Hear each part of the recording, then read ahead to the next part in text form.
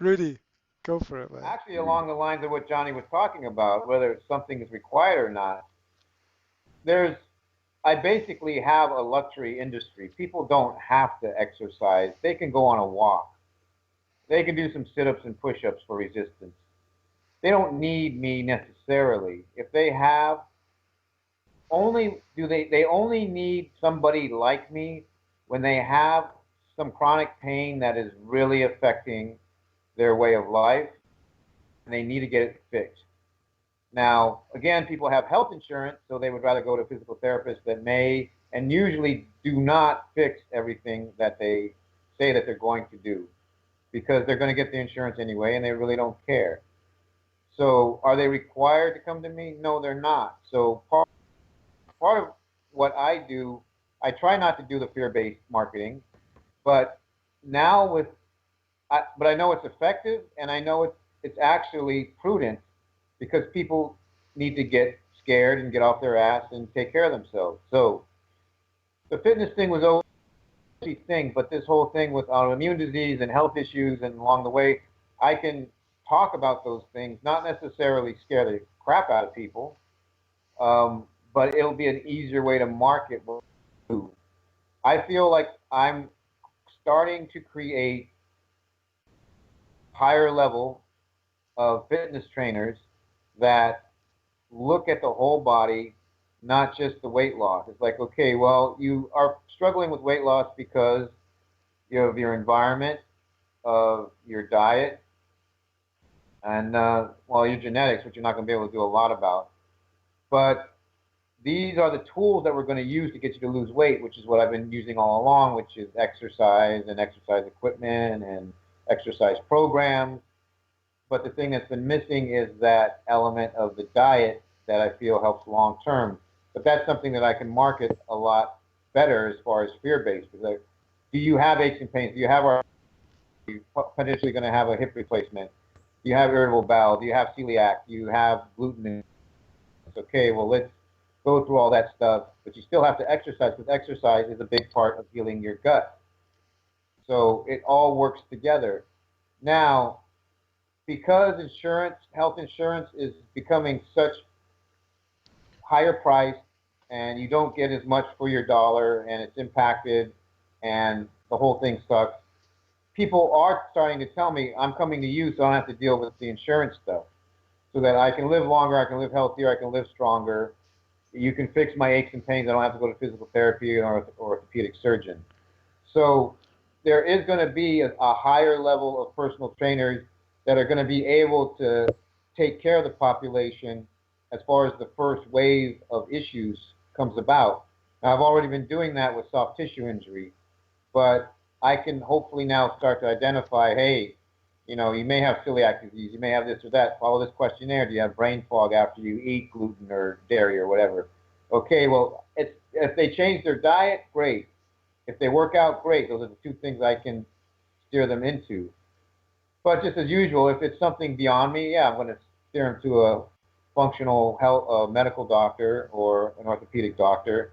But I think adding the diet aspect is going to be a big thing for me, not just for my practice, but for creating a whole higher level of fitness professionals.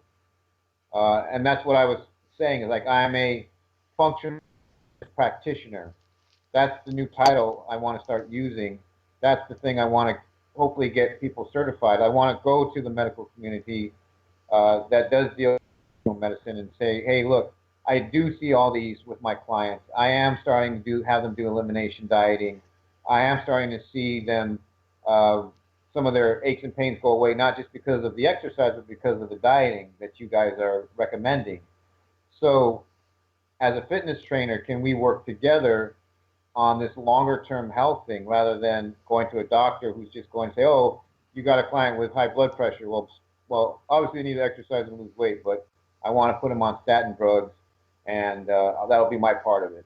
Like, I don't want to work with a person like that. I want to work with a person that's more into long-term functional health. I want people to look at their diet and what's going on. So my vision is getting broader in certain ways, but it's getting much more clearer as far as where I see myself going with helping people to improve their health long term. It's the physical nuts and bolts exercise part. It's also really diving deep into the dieting aspect as well. And at least on one level, it's something that I can take courses, get certified, whatever, title they want to give me, so that I'm at least being the gateway to send them in the right direction. If I can't solve their health issues with having them just get on a better diet, then I can at least lead them to where they have to go as far as a functional medical doctor. So I'm feeling good about the whole thing. It's like it's coming together. This whole, when I say long-term health, it's such a general term, but it means much. It's like when you're 80 and you don't have an ache or pain, you have vibrancy, and you have genetic disorders because of just who you are. You may have a weak heart or whatever, So I have a question. He's pointing to himself, but I have a question. So, is this a add to the price they pay now, or is this an additional package? This is to a point. It's part of the whole package, because okay. It's basically this Dr. Amy Myers is one of the people. She has a whole online, just like a lot of people. She has her whole online course. So I already signed up to be an affiliate. It basically costs me $20 per diet to purchase for each client. So that could be included.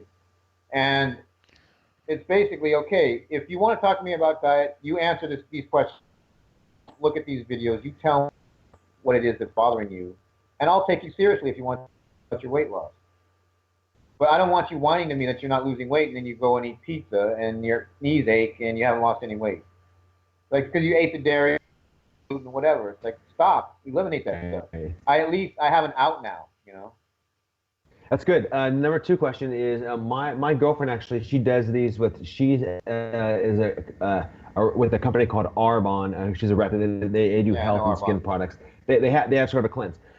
So she has this thing where once a month she has a group, like 10 people, and they'll kind of eliminate together. I thought maybe that might be something that you could do with your people, kind of maybe as a group, or it could be like 2-3 people, or new people. When they're ready, they can commit for 21 days or whatever.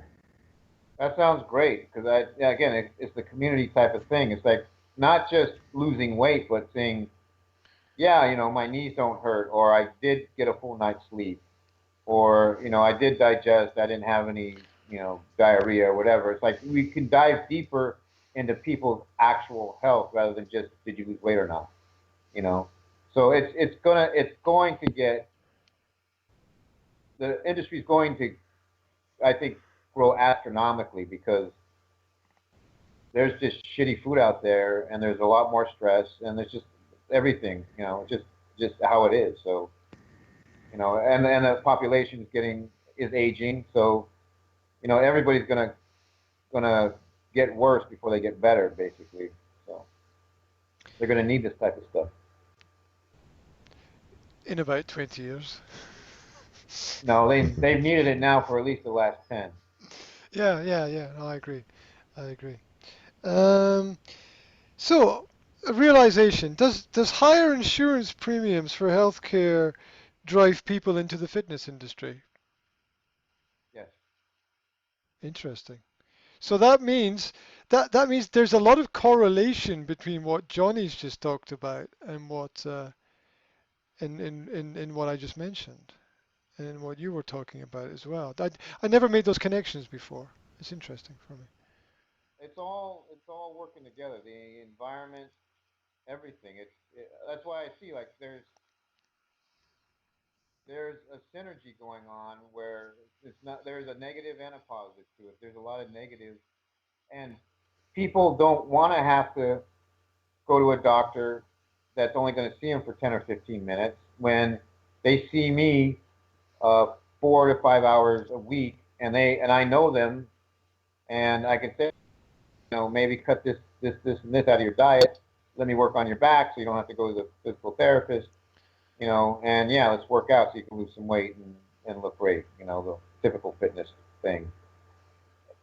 It's that level of trainers that have worked in the medical field for like I can always hang my hat on that. Like I worked in the medical field for 10 years, you know, or out when I after I graduated college, UCLA. I feel like I'm going to have the credentials to go to these doctors and say, okay, well, you do have a background. I will take you seriously. You have been in the business for over 25 years. And let's see what we can do as far as maybe doing a functional fitness practitioner certification, through one of these other people that, I can say, hey, this is something I want to start taking seriously. And I created my fitness practitioner Facebook group, and right now it's mainly trainers from BU, just because those are the people that I know the best. And they all joined like the first day. It was actually really nice to see that. And I said, this is because I feel we're on the forefront of the fitness industry. We care more about just getting people to lose weight. We to lead better lives, better quality of lives. And especially Delroy Thomas, he created his own group right after I created mine. He's like, go for it.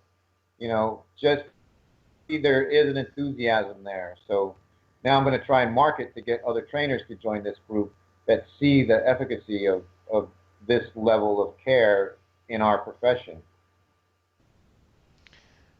Sounds like a fantastic idea, actually. Yeah. Which is in contrast to my reaction to Johnny's idea.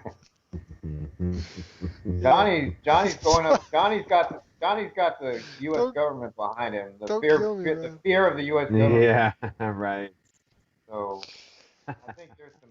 I think there's Yeah. some. Hey, I will say too. I mean, yeah, just with that, I had experience with, where it was hurting. This was like 10, 12 years ago. Anyways, long story short, I stopped using antiperspirant, which has metals in it. It went away within days. My girlfriend, you probably know this, but yeah, my Amazing, yeah. girlfriend, a guy that did elimination in her program, he had real bad arthritis, taking pills. After eliminating, he realized he had a sugar addiction, and after a couple of days, he was off his medication, Yeah, yeah. I can't wait and to he wasn't get in pain through. anymore. I've heard a lot of these stories, and it's like, yeah, I definitely want to be involved in that type of thing where people say, look, there's way more sugar in sodas now than there used to be. There's way more sugar in everything now because the population's taste buds have just gotten more and more worn out. It's like sugar in than they did 10 years ago or 20 years ago. Everything is just because we're getting numb to all the stimulants out there, so they're jacking them up even more, and the body can only handle so much. So in that sense of helping people in more than one area of their life, would you define yourself more as a health practitioner or more as a lifestyle entrepreneur? I to be a lifestyle entrepreneur in order to be a functional fitness practitioner because it is only birthing now. It is only being created right now. So yeah, and as far as a general lifestyle entrepreneur, I think that was that discussion on the Facebook group a couple of days ago. Um, no, I mean I'm not going to jump on every opportunity. Richard Branson, where it's like that's a good idea, that's a good idea, that's a good idea. I'm going to run with it. I pretty much still feel I have a calling as far as being a healer. I'm always going to focus more on that as far as being a fitness practitioner versus a entrepreneurial lifestyle. It's like I'm not looking to make a buck any way possible. Whether it's whether it adds to the quality of the world or not. It's not really my thing. My focus right now is still on prioritizing my gifts and what I do as far as fitness and health.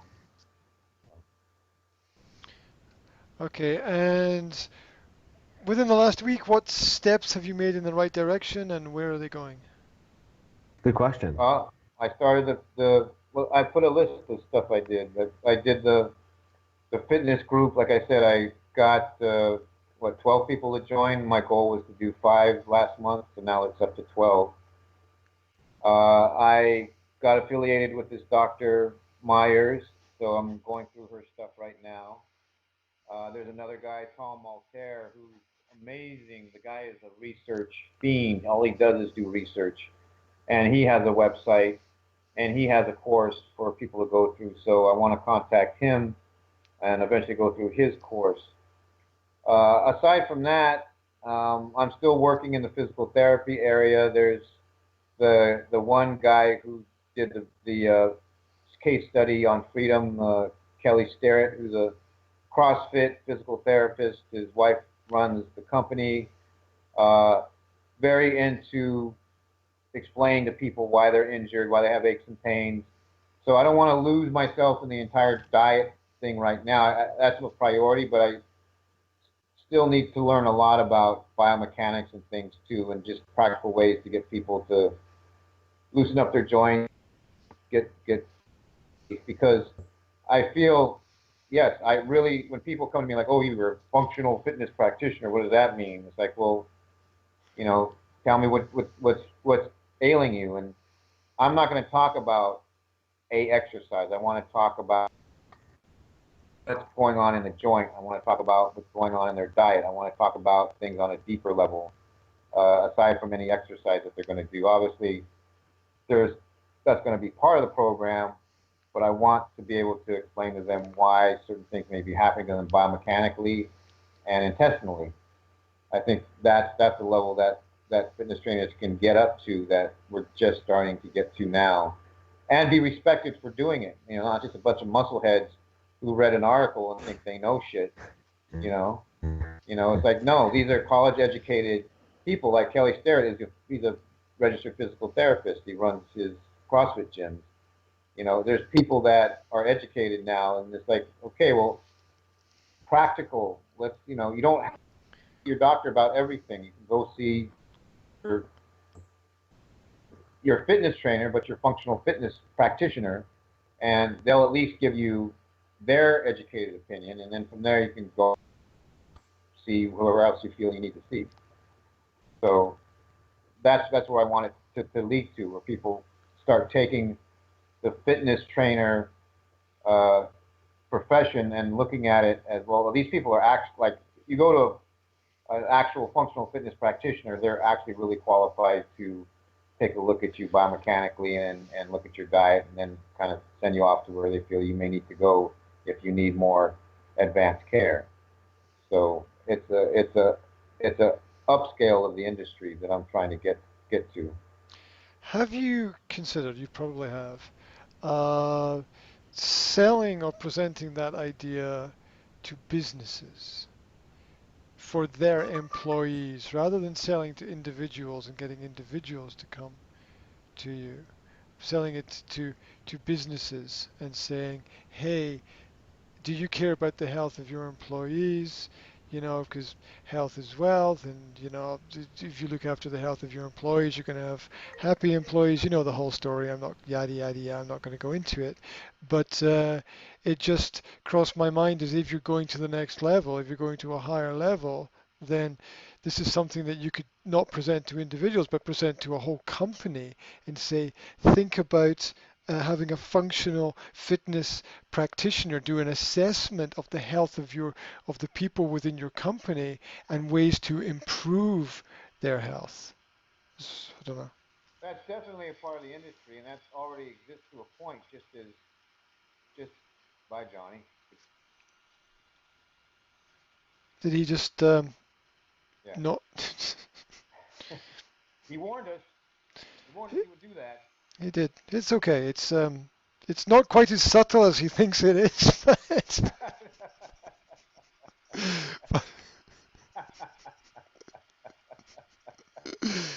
Exactly. It's it's not quite like sneaking out the back door during the party. It's not. It's not.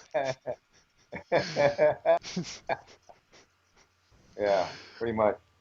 Right. Uh, So you were explaining. there's yeah, there's already a lot of trainers that do that, but again, it could be taken to that level again, and yeah, but it has to be a package of stuff that you have to say, okay, this I'll do an assessment, they'll do a questionnaire, they'll get a packet of things they can do for themselves, and I can do an online or an on-site assessment of is there a potential for you all to do a morning uh, exercise class or afternoon lunch class or after work class on site if that's something you're interested in. I mean, there's a lot of trainers that do that already.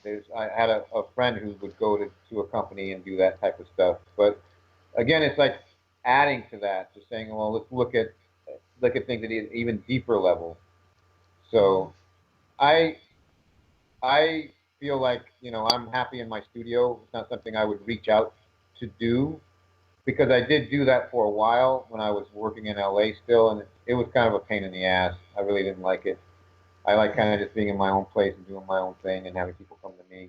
And I have had people from different companies come as a group, and then I would talk to the human resources people about doing something formal, and it would just get lost in red tape.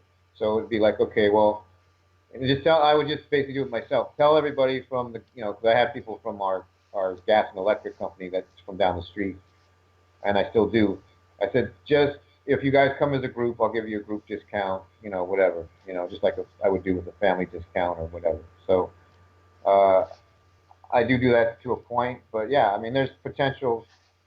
It's just basically digging deeper than trainers have been able to dig so far. But if we have the help of the medical community, that's what I was getting to in my elevator statement before you wanted me to move on. A lot of legitimate practicing physicians to see how diet affects people's health versus the pharmaceuticals. So they are now morphing into these functional medical physicians. And that's what this Dr. Amy Myers is, the one that's online. She was a regular, normal practicing physician. She got diagnosed, I think, with Graves' disease. She was doing all the pharmaceuticals. It wasn't helping her. One of them too. She went to see a functional medical, and she got educated in that. She basically reversed and reduced her symptoms from diet versus the pharmaceuticals. So she became a big believer. And now her clinic, she said 80% of the clients she sees eventually get almost complete relief from changing their diets versus having to be on pharmaceuticals. Wow. So um, I was just playing on they call themselves functional medical physicians, and they are medical professionals. They've gone through medical school. They are doctors, but they call themselves functional medical professional physicians. So that's why I changed it to functional fitness practitioner as far as what I'd like to be titled as. Uh, that's not just personal trainer or life coach or whatever else is out there right now.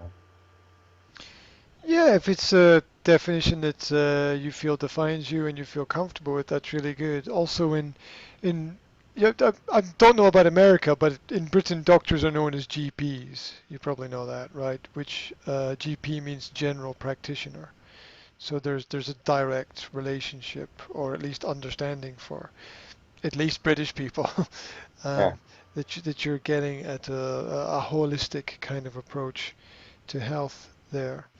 Um, yeah, I guess it's several steps further down the road, but if you grow your gym and you have a series of employees, I think one of the obvious next steps would be maybe to go to companies and maybe do like a fitness or a health audit within the company, or a feasibility study of how you can increase the productivity of the company by increasing the health of the company.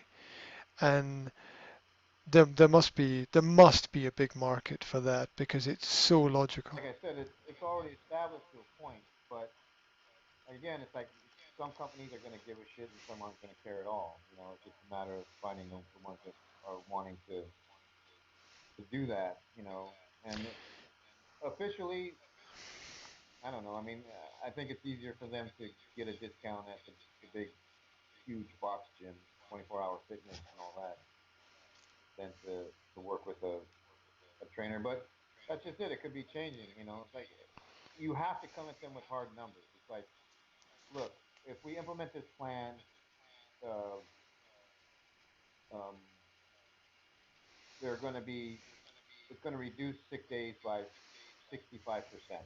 You know, within 3 years.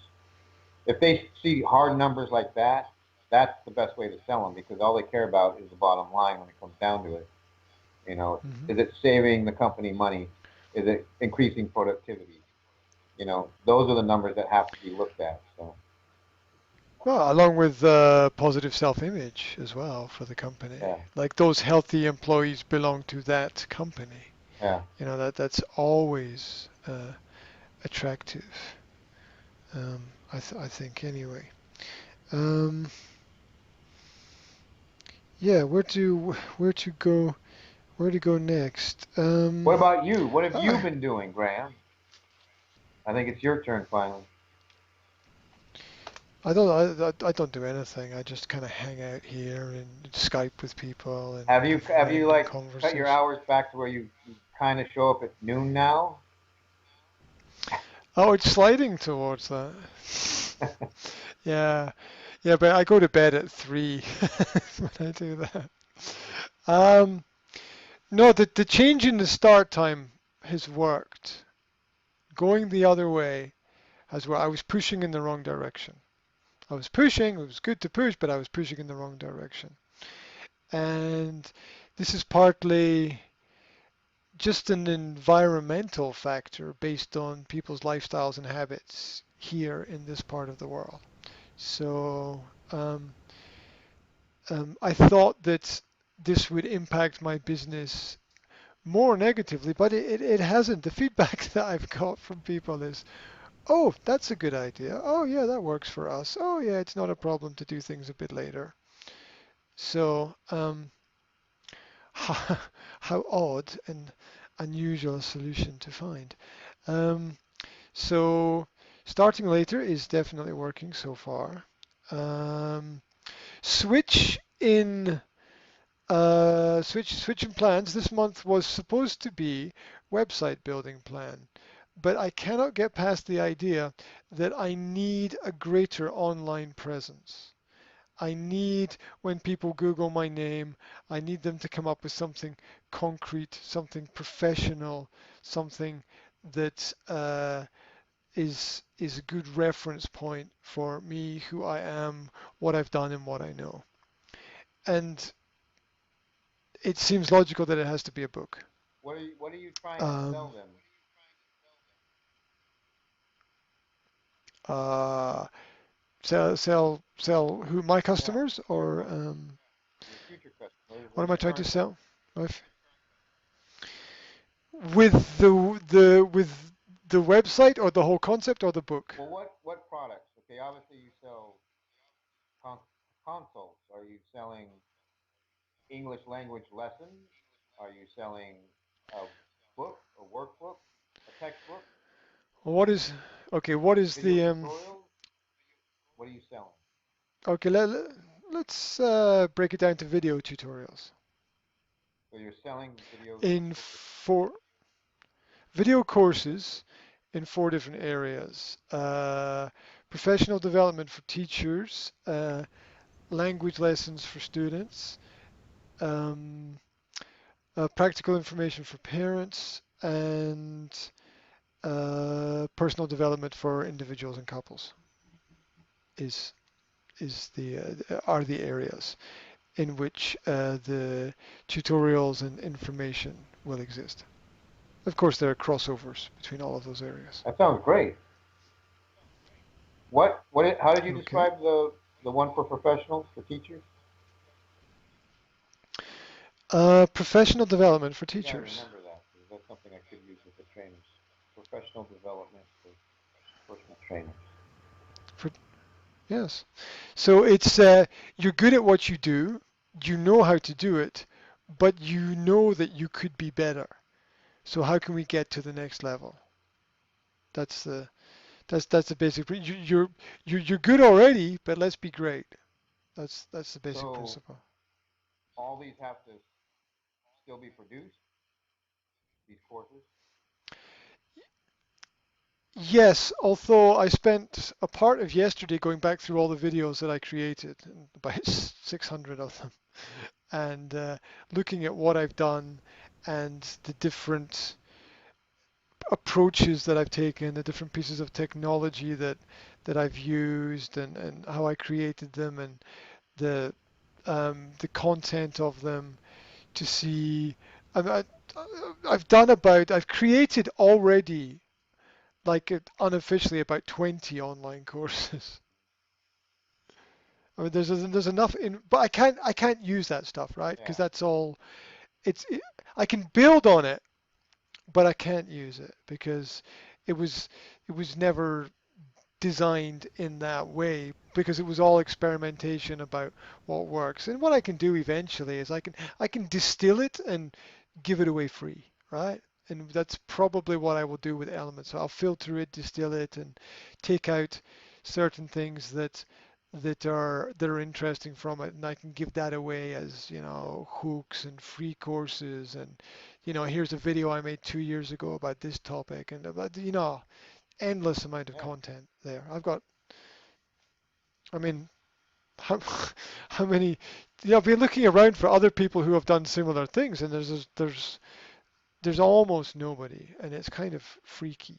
Now, one of the if I can get into one of the main problems that you might have noticed, that I was a little bit frustrated this week with certain things that I was writing. Um,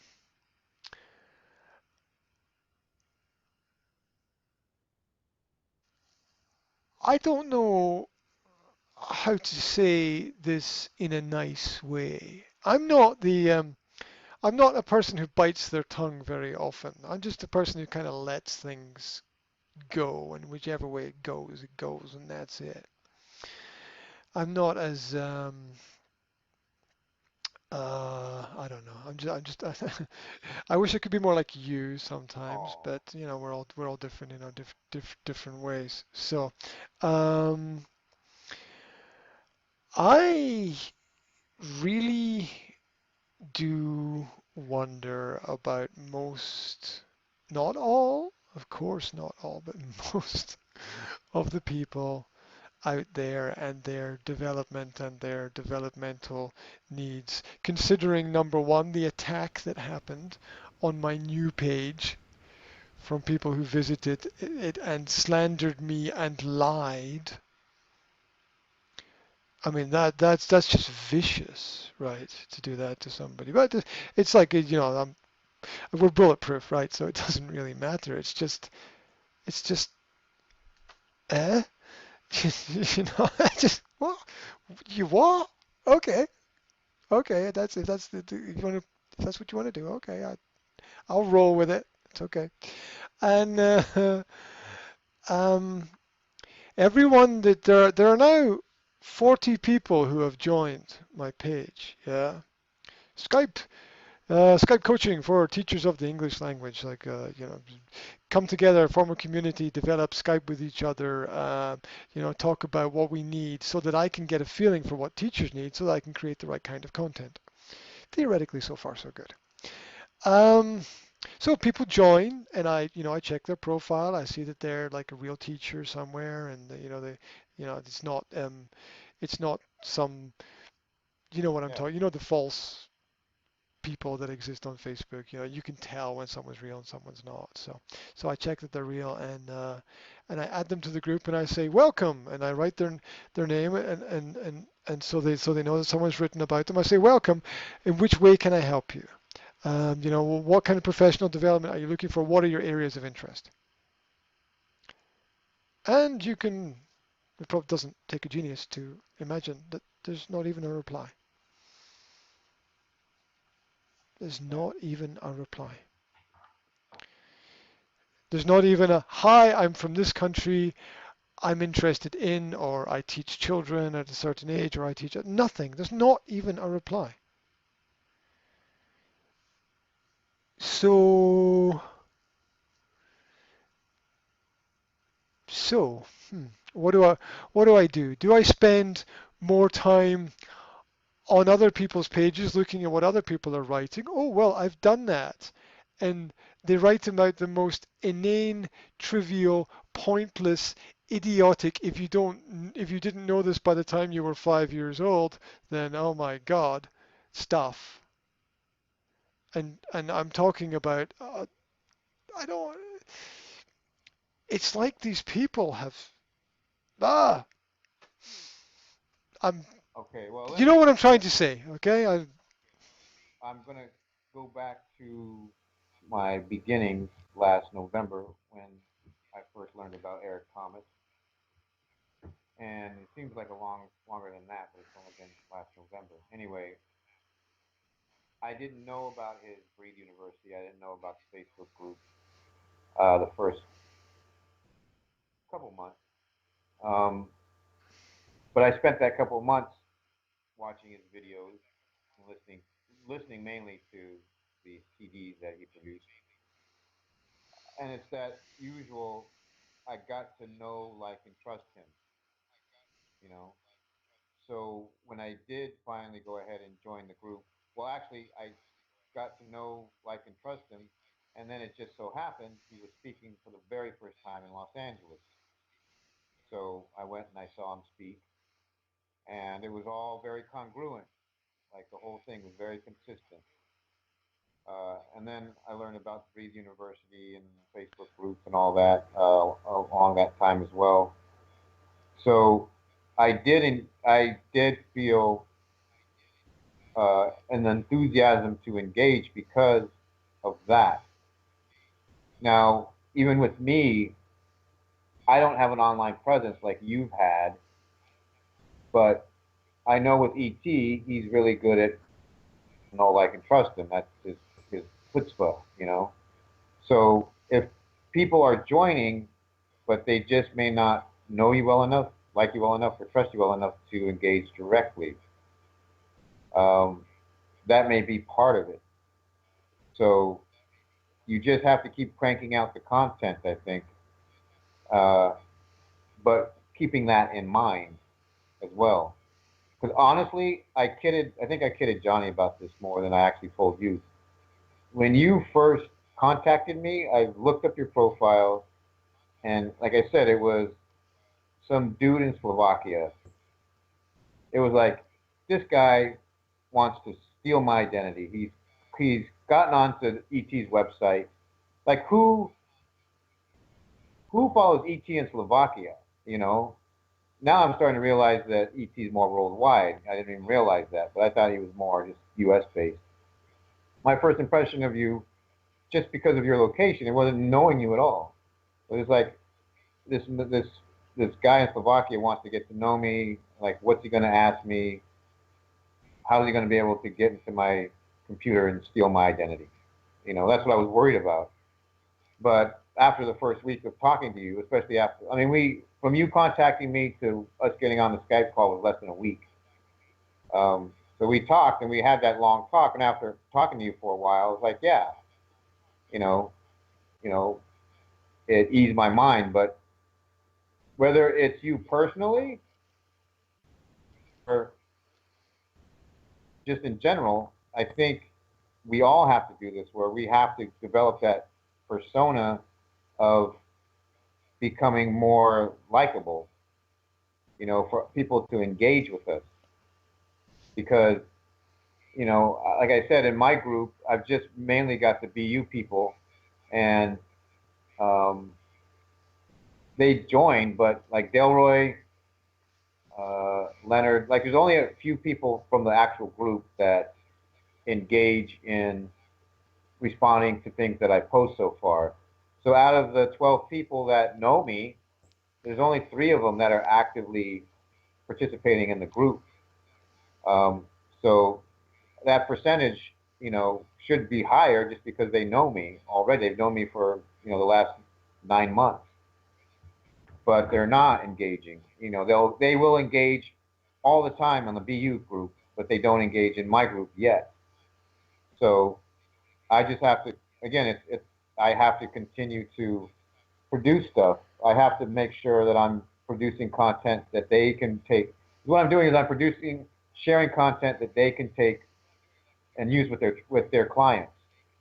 Like this whole gut thing health. Like I just uh, put a link from Scientific American talking about that. So I don't want to just say, hey, I heard on some podcast that you should eat extra broccoli. You know, I'm going to put a link. This is something you should tell your clients, eat extra broccoli because of this chemical. Read it if you want, but this is what you could talk to them about. So I've gone back to the rapport thing, like building a rapport with your client. These are the things that you can talk to them about. So I'm putting content on there like that. Right now it's just the BU trainers, and now my assignment for myself this next couple of weeks is to promote the group in some type of Facebook advertising. I advertised my lead magnet, which was my 6 videos. It just didn't seem. 13 people got to the intro video and didn't click on the join. Just that one rather interesting looking lady that you made a comment about. But again, I contacted her and she never contacted me back. And I looked on her Facebook page and it was very general. But there were pictures of her and her 2 daughters and some exercise things here and there, but nothing specific as far as thinking that she's a professional of any sort. But it was a start. So I've already changed the advertising, and I'm going to change it even further and do another one this next coming week. One of the things I did wrong was I advertised over the weekend, and it should be during the week for professionals, not over the weekend. So you have to get them to trust you to engage with you, I think. Well, that's what I wrote down from what you said. That the main message I got from it is be more Or add more likable. content because look, ET, I mean, of all the stuff that you got from him, say the first 2 or 3 months, did he ever ask anybody wants to ask me a question? Just let me know. He was just he just gives content. He's not saying I'm going to have a question and answer or this or that. He's like, this is my latest thing on, get up early in the mornings before everybody else. Or if you're going to say something, make sure you follow through with it. Or, if you go back to school if you haven't finished school. Like he has a message. There's a message behind everything he says, and that's why people like to follow him because people are lazy. They don't want to ask you a question. They just want to sit there and hear wisdom drop out of your mouth, which is what most of the people that follow him do. So just keep that in mind. It's like they want content. They don't want to engage.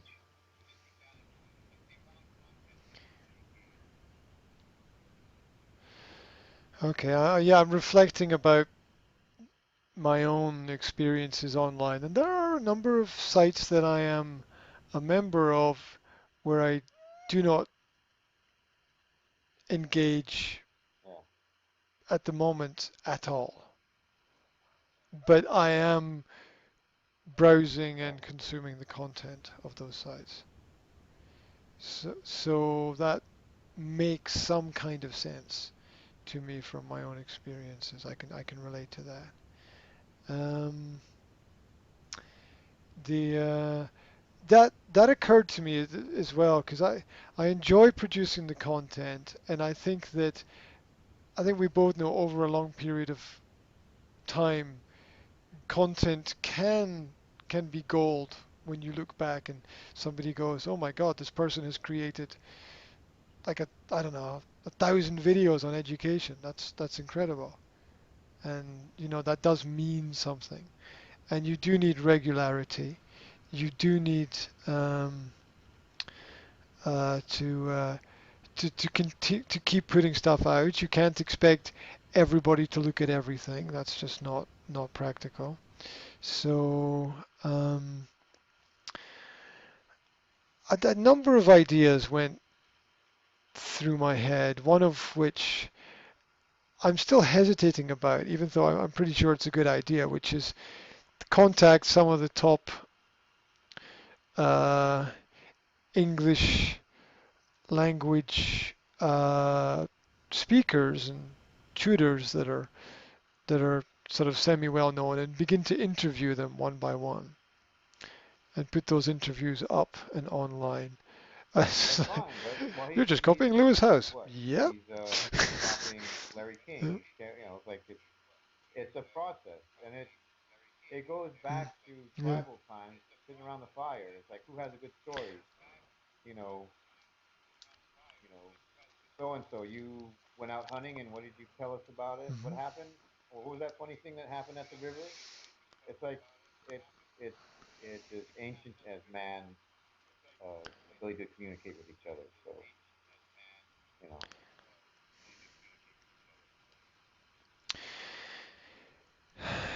Yeah. So then the idea would be to, you plan to do one a week, and over the period of a year, you build up maybe 40 interviews with top.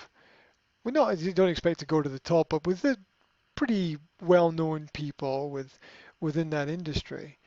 And the idea is that if you do this over a period of time, say 2 years, you're building up connections with maybe 80 people in the industry, and they're going to tell other people, as long as they've had a positive experience, it'll be a positive message, and there will be some kind of organic growth due to I think that I think input. everybody has a And story. It's a matter of pulling out the bits that are probably going to be the most interesting to an audience. Like at first, when Victor came on, I'm like, well, I'm not sure what he does is going to be helpful at all. But I started to see some of the things and how it related, and the little bit he did have um, regarding gyms and his personal preferences and things. Actually, it was a really good conversation. It was a good um, addition to just the mindset of marketing. So yeah, I think it's like that's what a good interviewer does. It's going to find the things that are relevant to whatever topic you're trying to get across. There's one thing I will hopefully get through to you is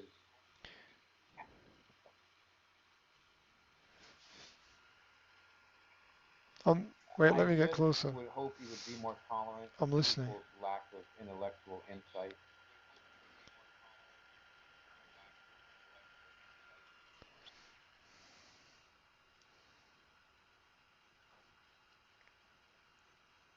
Yeah, I'm trying really hard not to explode and Because be really you offensive are and abusive not at this moment in time.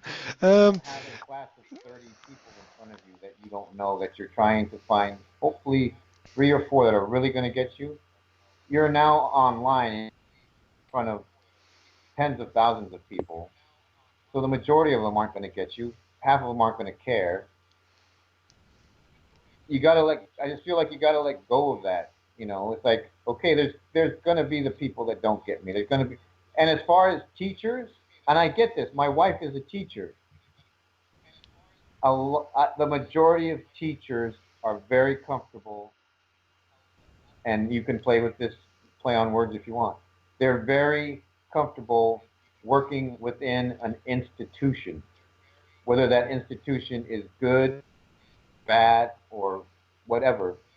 Most teachers are control freaks. They like to have their little room and control their little room, and then go to the faculty room at lunch and blow off steam, and then go back to their little room and control their little room again. But and then get paid a regular paycheck and and then get their benefits and everything else. They are super comfortable being within an institution. They'll gripe, they'll bitch and moan about administration, about the principal, about whomever. In the end, they are nice and comfortable working, operating within an institution where they don't have to do anything other than what they're required to do. Some of them do it above and beyond, what they're required to do. But they're not going to start new programs. They're not going to work during the summer, during their summer break, because that's why they got into teaching in the first place. They have their summers off.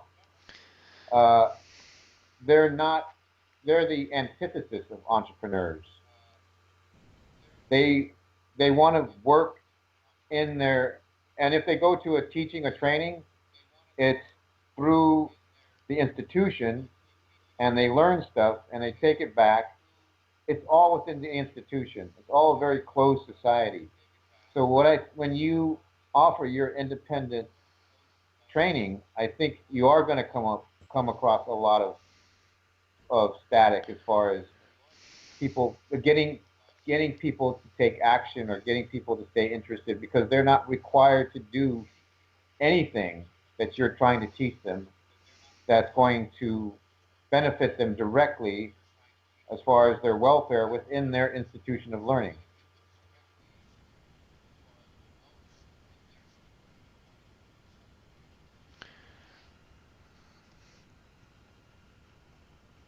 That was a wonderful speech. So with that being said, if you're going to market to that group, not be so, I would think not be so angry that they're who they are, because that's just who they are.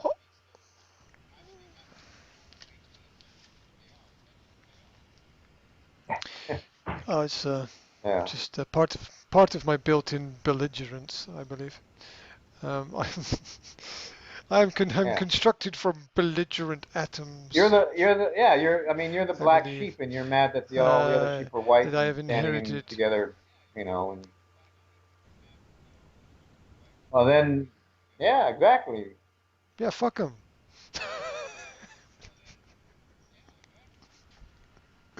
Yeah. So, well, this will fit into your coaching growth mindset principle, and you'll be happy about this piece of information. That's that's called pre-programming to be happy. That I am some of the videos that some of the videos and audios that I've been making, been on specific subjects, some on a bit abstract, some on philosophy, some on psychology, and I'm aware that if I'm going to connect with this group of teachers, I need to be far more specific. So I did create 2 specific audios this week related to special teaching points about languages, which will specifically relate to what they do. And I will take those points and promote them on not promote them, I'll just post them on certain Facebook pages, so that it's more up their street, and it's something that hopefully they can relate to a bit more. I also remember from the last conference that I attended, Slovakia has a huge number of English language teachers, massive number, and there is a conference once a year in the capital, Bratislava, and they were struggling to get 150 teachers to come to the annual English language teaching development forum, which is it's only basically a day. It's a Friday afternoon to evening and Saturday morning to early evening. And when I went there, I was in this sort of mental state of there's only this number of people actually interested in their professional development and going to the workshops and picking up new information. Like, what a disaster. Not a disaster in terms of organization of the event. The event is fantastic, and all power to the people who do it, because it's basically non-profit making, and it supports all the teachers in the country. But just in the fact that none of the professionals who really needed the development were in any way interested in going to the one thing that happens one time a year where they might get something they can actually use. And I'm damn sure that that applies Well, to the that's fitness industry as much as it applies we to attract the two types of people. One, and I may be a little biased because I did work in LA, so the aspiring artist that wants to do personal training on the side while they pursue something else. And then there's the career-minded people that just want to help somebody, or the career-minded people who make a bunch of money off of it. Um, there's those two types. I could really just classify fitness professionals in that. There are the career people, but there's a lot of people that dabble on the side. It's one of those types of professions. But either way, like I was saying, compared to you, what you're doing,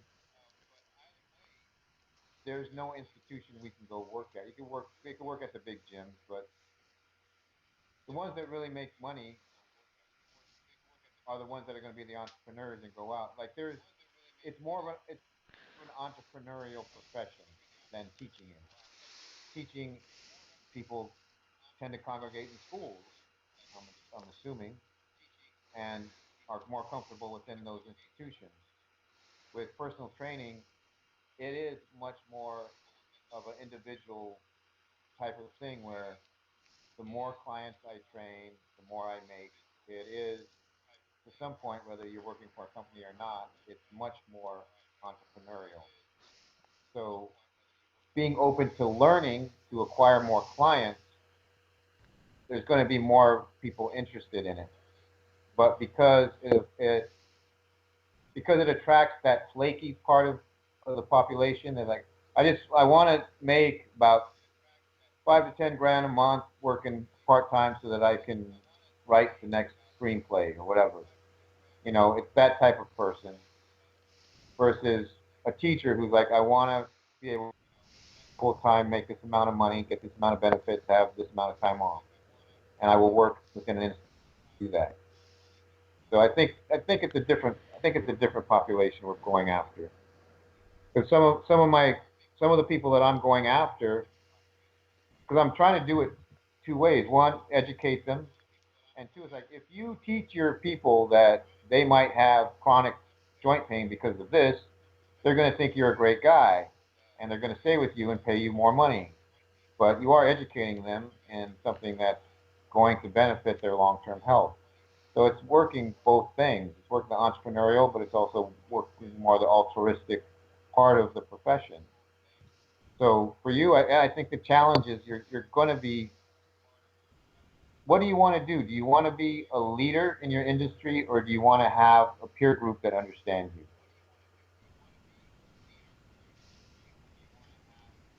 A professional peer group that operates on your plane of thinking. um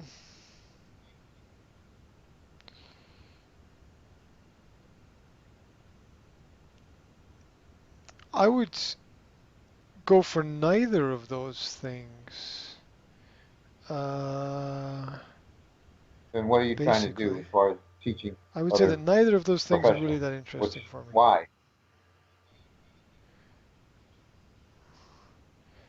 Um, well, this is a realization that I've come to in the last few weeks. That I think what I'm trying to do is, number one, I like to connect with people. I very much enjoy connecting with people and listening to them and sharing information with them so that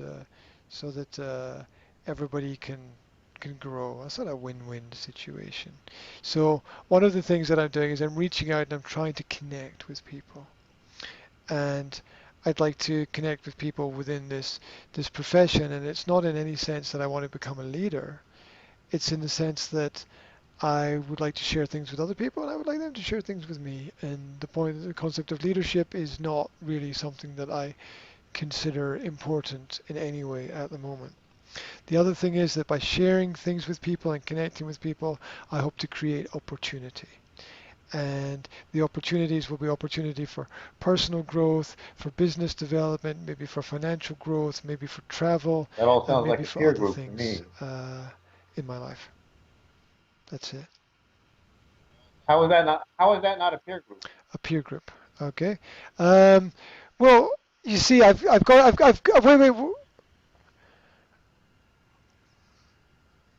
Let me answer that question after I first say that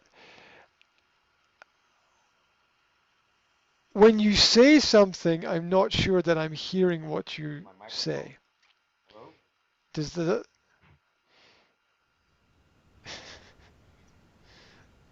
no. What I mean is that I don't think that I'm. I think that like when you say leader, I'm thinking it comes across to me as in my thinking not as leader but as dominate. Yeah, I don't know why it does that. It comes across as someone who dominates. A leader doesn't in any way have to dominate the people around about them. But that's how it translates to me within the industry that I work. That those who wish to be leaders in this kind of industry tend to be people who wish to dominate the other people around about them. It doesn't Well, mean that a leaders leader are going to can't be naturally something else, but dominate it just means that it's not a natural situation way to because go. somebody needs to dominate the situation in order to have it go in any direction if that's the primary objective.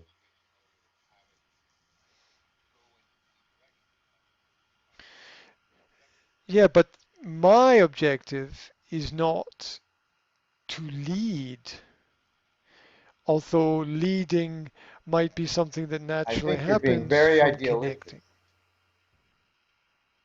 If which it's not my aim, which I get too. It's like, wouldn't it be nice if all of us really gave a shit how and unusual. we all had really good ideas and we all talked to each other and nurtured those things and we all became founding fathers of a new age of education. Well, yeah, that would be great, but there's going to be hopefully at least one person that gets beyond the minutia of just talking about it and actually is charismatic enough to influence people to try his way because he thinks his way is the best, and it may be, but some to get people to try out something, and it's like, Mhm. yeah, you can have a peer group, but as far as a leader in English language or a leader in some other type of education, yeah, you can all be leaders in different aspects of education, but somebody's going to have to take the lead in your area. And do you want to take it, or do you want it to just be this group of people doing it all together, which I don't think ever really happens? It's like somebody has to lead to a point.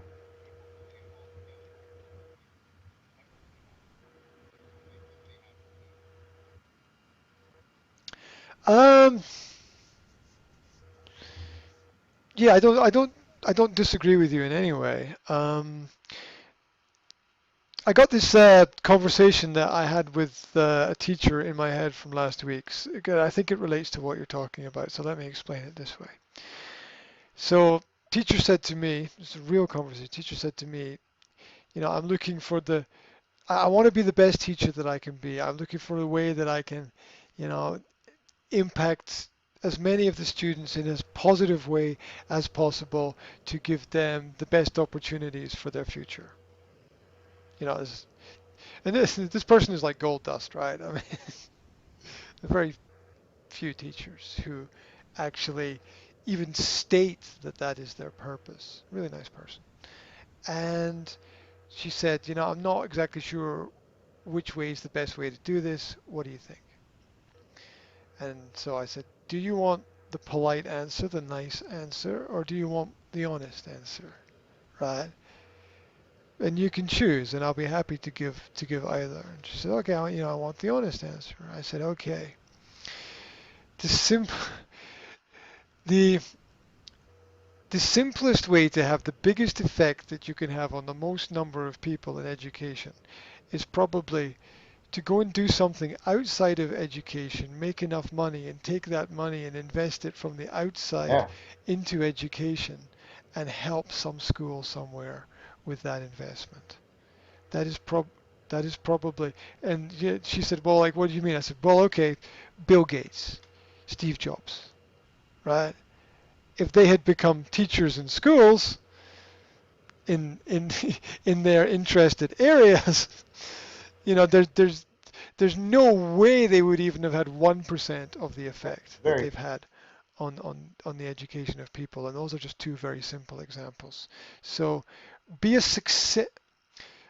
Be a success in following those things that are interesting for you and try to build up enough wealth so that you can take some of that wealth, doesn't have to be a lot of wealth, but reinvest it in young people around about you. Be a good role model, and you know the story, blah de blah de blah de blah de blah. I said that is how I see honestly the best way that is possible to affect as many students in a positive way as possible. And she sort of looked at me and she said,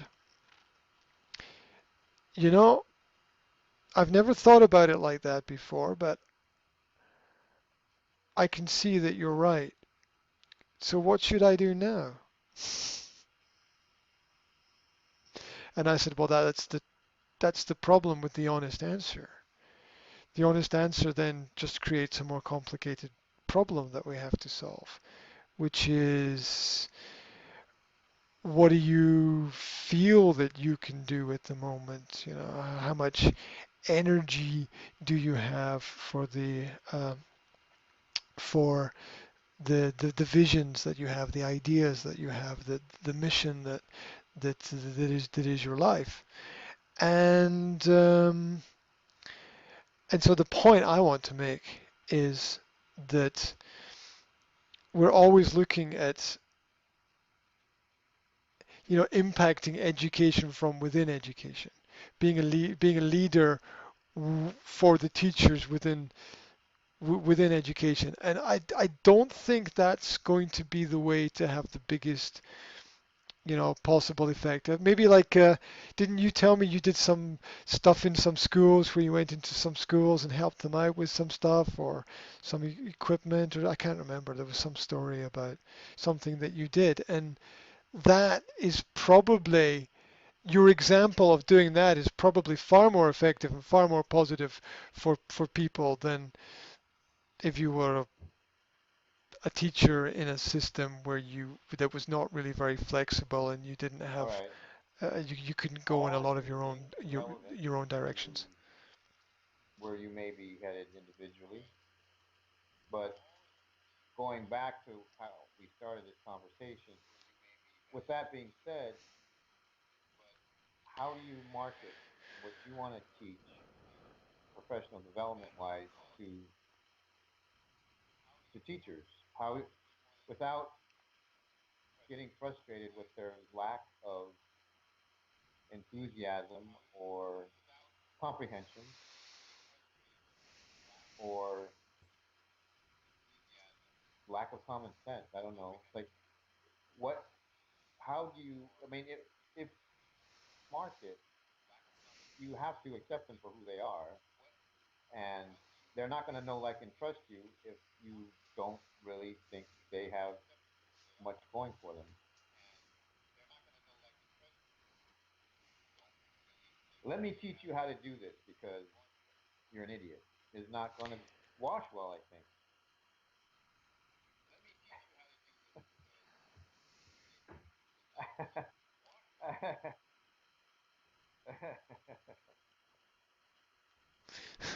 As you would say, well, when you put it like that, um, Yeah. you're absolutely, completely and totally right with that. Yeah, calling someone an idiot and expecting them to listen to you is just extremely foolish.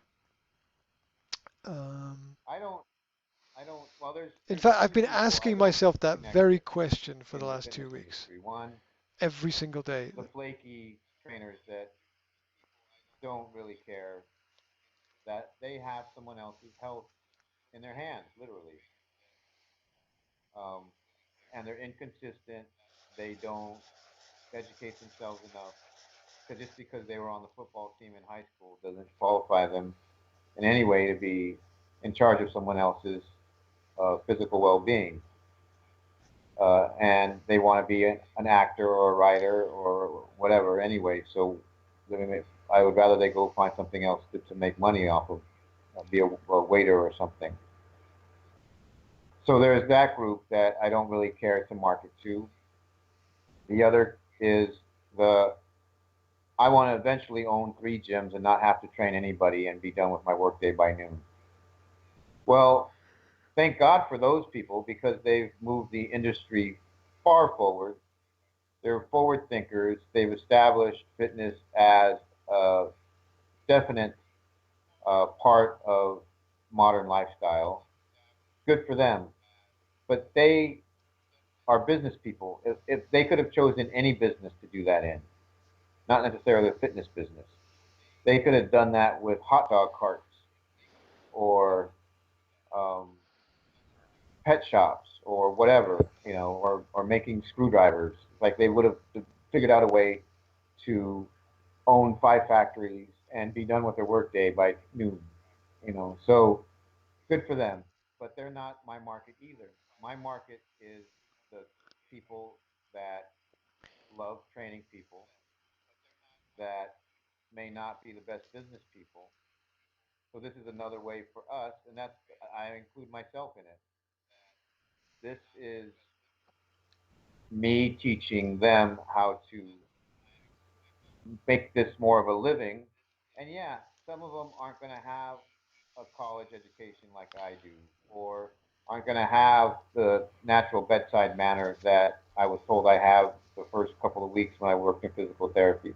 They're not going to have the gifts that I have, but that's part of me being the leader. It's like I'm the leader in that way. It's like there's going to be people that don't have my gifts. It's like I'm always going to be a leader as far as listening to Bedros, as far as running businesses. I'm always going to be a follower. He's going to be the leader. But as far as my part of it, my part of the welfare of a client, I'm always going to be a leader. And there's going to be a large group of people below me in those categories that are never going to get what I teach because they don't have the innate qualities and gifts and talents and passions that I have. And I'm not going to look down on them because they don't. But if they do have a general interest, I want to try and get to them that yes, you can make a living. Yes, you can make an impact. And if you are working in this industry, realize you are dealing with people's lives here. So respect that, and I at least want to get that across to people if they're not going to pursue as much education as they possibly can. So I'm just saying, as far as your population of potential customers, try and get them to know, like, and trust you genuinely, because I do I do appreciate that you vent about your frustrations with your target market, but to a point, I think you have to listen to what their needs are, because you're gonna have to talk to them in ways that's going to resonate with them if you want them to become customers. And if you don't want them to become customers, then yeah, find a demographic that you want to become customers. I don't want you to live your life in frustration, in intellectual frustration.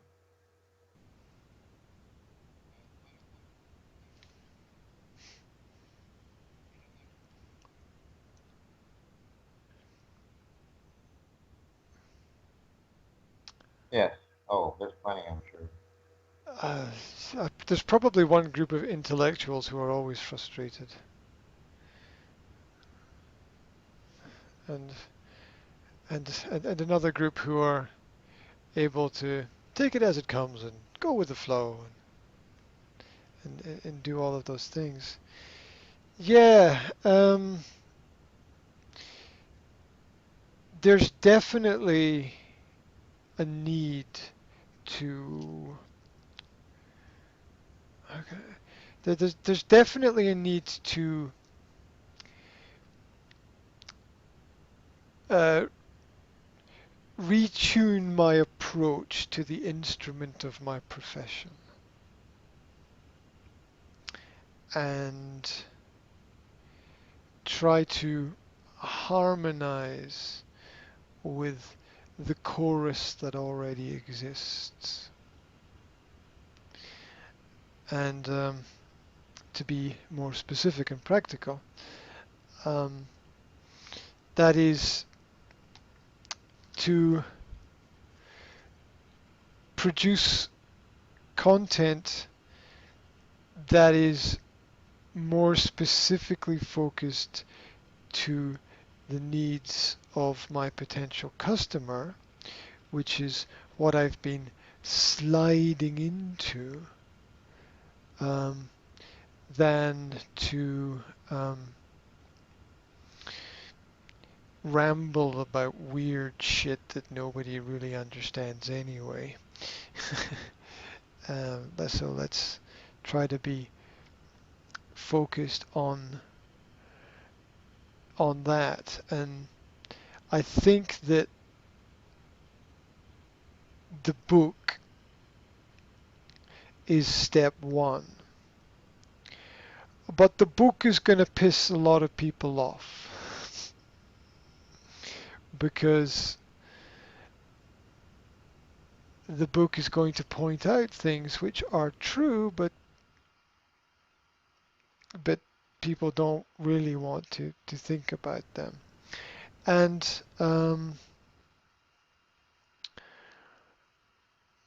yet I think it's going to be necessary. It's an exercise. It's an exercise in structure. It's an exercise in marketing. It's an exercise in presentation. It's an exercise in logic.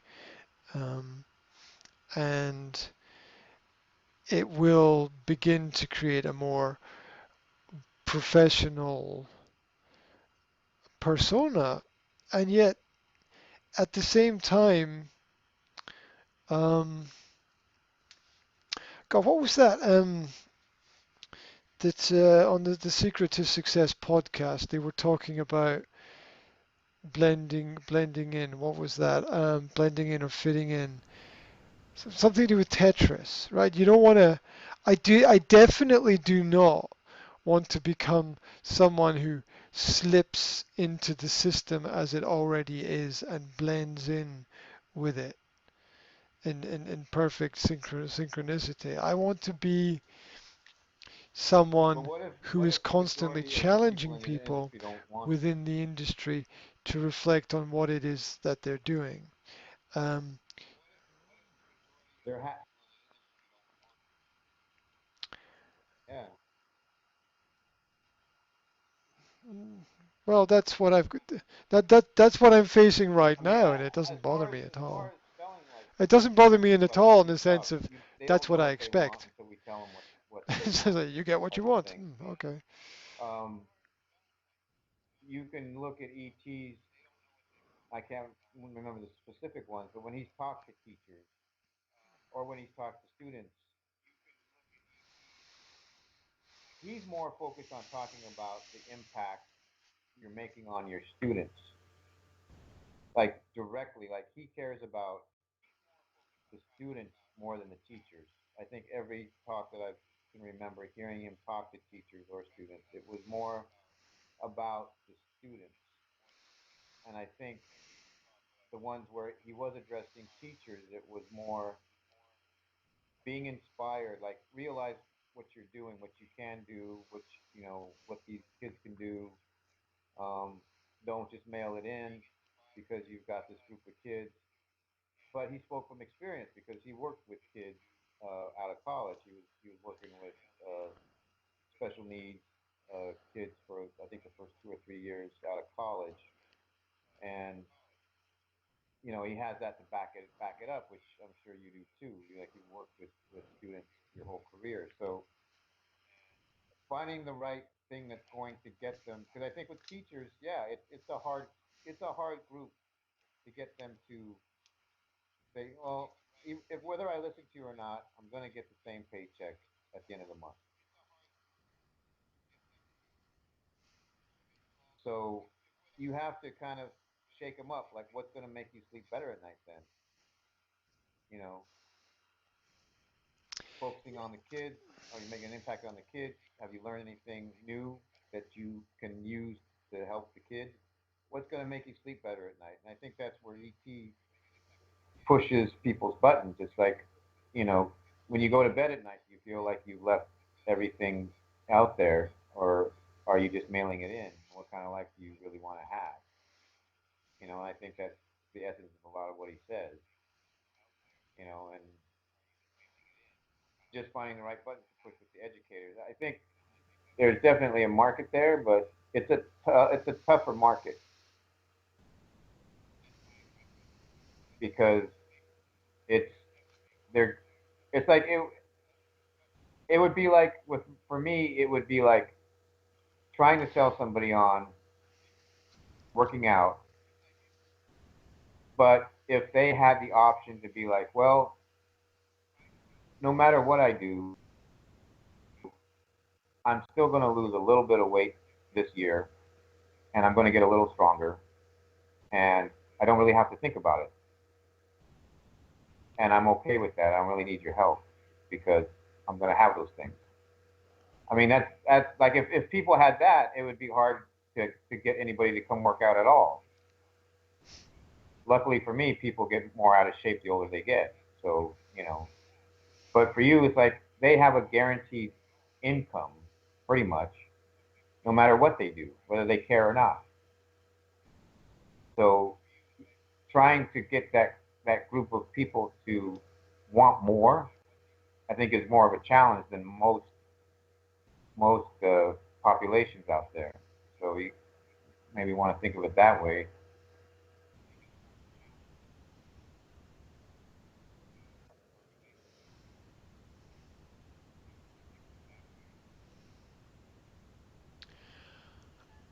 Yeah, that Does has it? Does it? crossed my mind. Well, I think it's also positive that it's positive that the market exists, Well, right? yeah, the It- profession exists, but does the market exist for you to Well, like teach them outside of their teachers required exist, teachers of foreign uh, language training? exist, English teachers, the profession.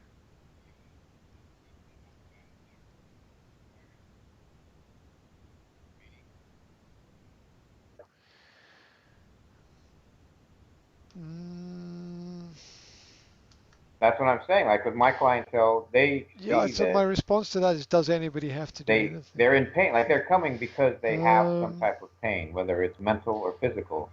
They're gaining weight. They have more joint pain.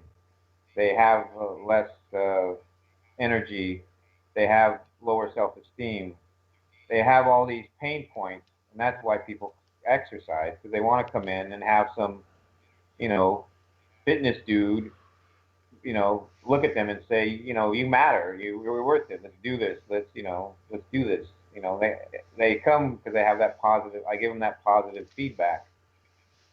You know, so I'm selling to their pain points. You know, and yeah, it is a improvement. Do they have to really do it? No, they can live with those pain points the rest of their lives. But it's salesmanship. That's we're coming full circle to your issues with salesmanship.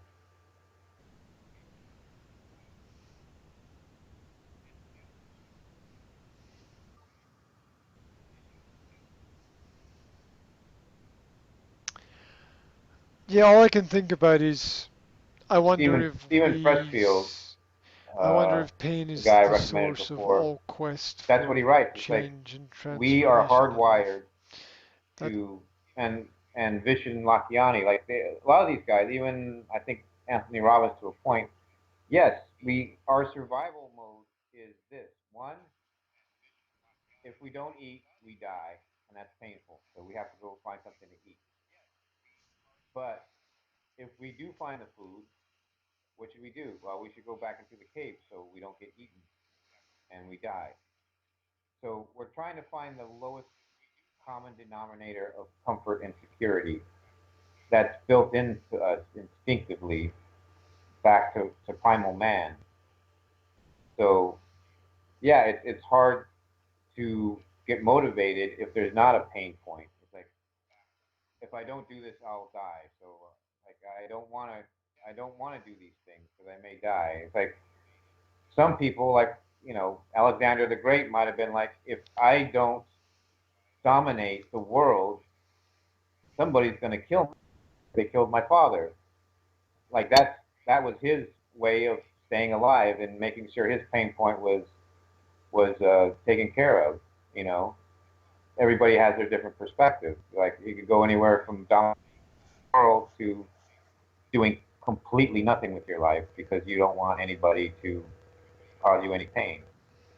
So anyway, I have to get off the line in about 1 minute. I will be hanging up in about 1 minute. I may warn you, I may not.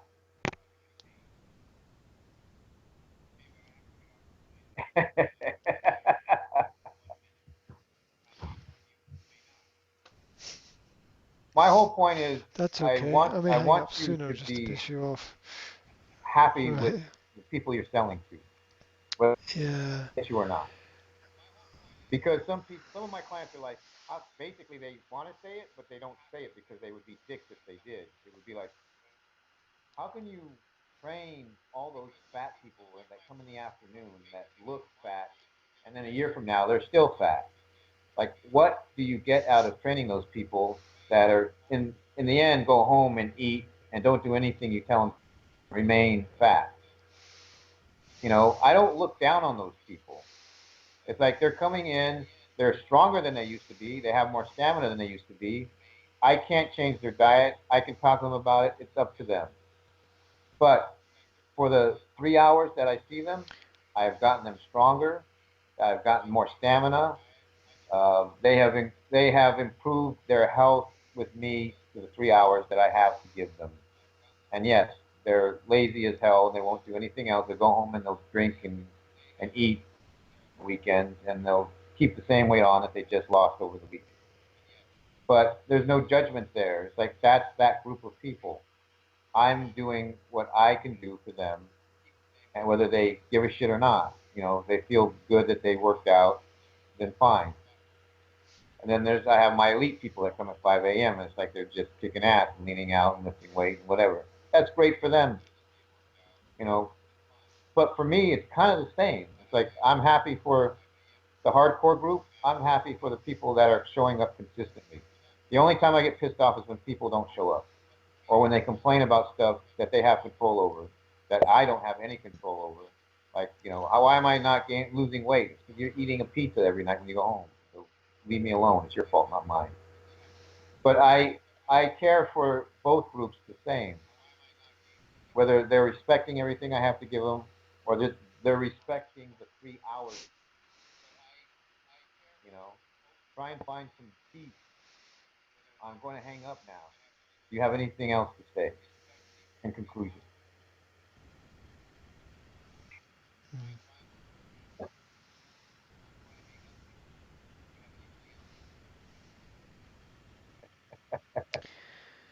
Have a good evening. No, only thank you for your time and your ideas and your, as always, very helpful suggestions. All I right. appreciate it very much. Take care. There we go. I will, and I will speak to you some point soon. Okay? Same time next week, mate. Take it easy.